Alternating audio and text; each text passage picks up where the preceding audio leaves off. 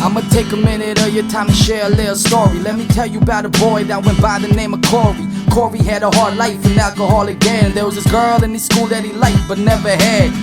Every day Corey would come home from school and find his dad completely passed out in a pool of his own vomit and alcohol put together. So he knew that when he woke up he would be under the weather.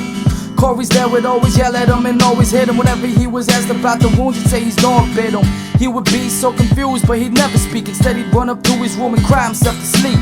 And one day, Corey talked to that girl, but she completely shut him down, and that just ruined his world. He felt like he had nothing in life to look forward to, so as soon as he got home, he locked himself inside his room. What happens next is far from grand. A young lad that had his whole life in his hands, but he grabbed a pen and pad, wrote something sad, and revealed the tragic truth about his alcoholic dad. And after that, he punched himself until he drooled. Then he tied a rope around his neck and stood up on a stool with painful tears in his eyes. Corey cried, hung himself, Corey died, Corey committed suicide. Oh, never coming back, never coming back now. Oh, trying to stay strong, but it's hard not to break down. Oh, giving in to the sin of ending life in the flesh now. Nah, it's never coming back, never coming back now.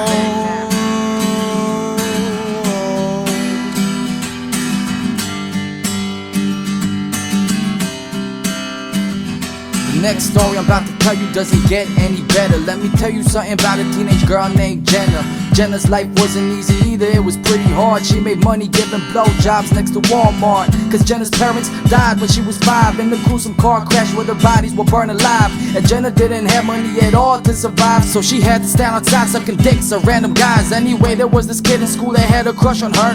She thought he was cute, but he was way too young for her, so she had to reject him while she was serving the client. She continued sucking dick while the boy just ran off crying. He didn't come to school the next couple of days. She wondered, where's the boy with dog wounds on his face? Later that day, she was kicking it watching the news. Then she saw that someone died and the guy went to her school. And the boy was really young, he was around the age of 12. And he went through so much hell, he decided to hang himself. Then she stopped, she thought, wait a minute, 12 years old and he went to my school. Then she froze, she felt cold, she started panicking, she didn't know what to do. Soon as she realized it was the boy with the dog wounds, she was having a heart attack, she couldn't catch her breath. Nevertheless, she couldn't stop thinking about the boy's death. Couldn't help but blame herself. Next minute she's on the floor. Oh Lord, she's on her own and she can't breathe no more. So she lets out one last scream for her neighbors to keep her safe. But by the time the paramedics came, it was far too late. Oh, never coming back, never coming back now. Oh, trying to stay strong, but it's hard not to break down. Oh, giving in to the sin of ending life in the flesh now. Nah, it's never coming back, never coming back now.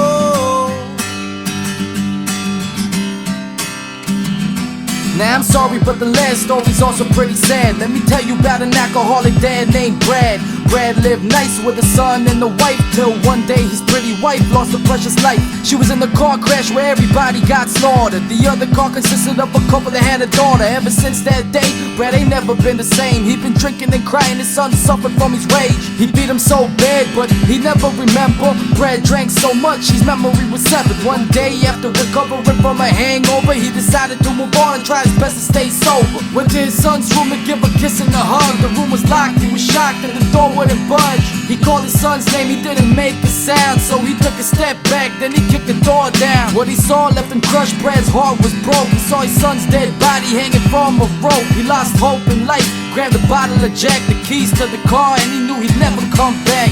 Down in the liquor as he was swerving through the lanes, first his wife, then his son, I guess it pours when it rains. Tears pouring down his cheeks as he chugged the last sip, shut his eyes, hit the pedal till he drove off the bridge. Oh, never coming back, never coming back now. Oh, trying to stay strong, but it's hard not to break down. Giving in to the sin of ending life.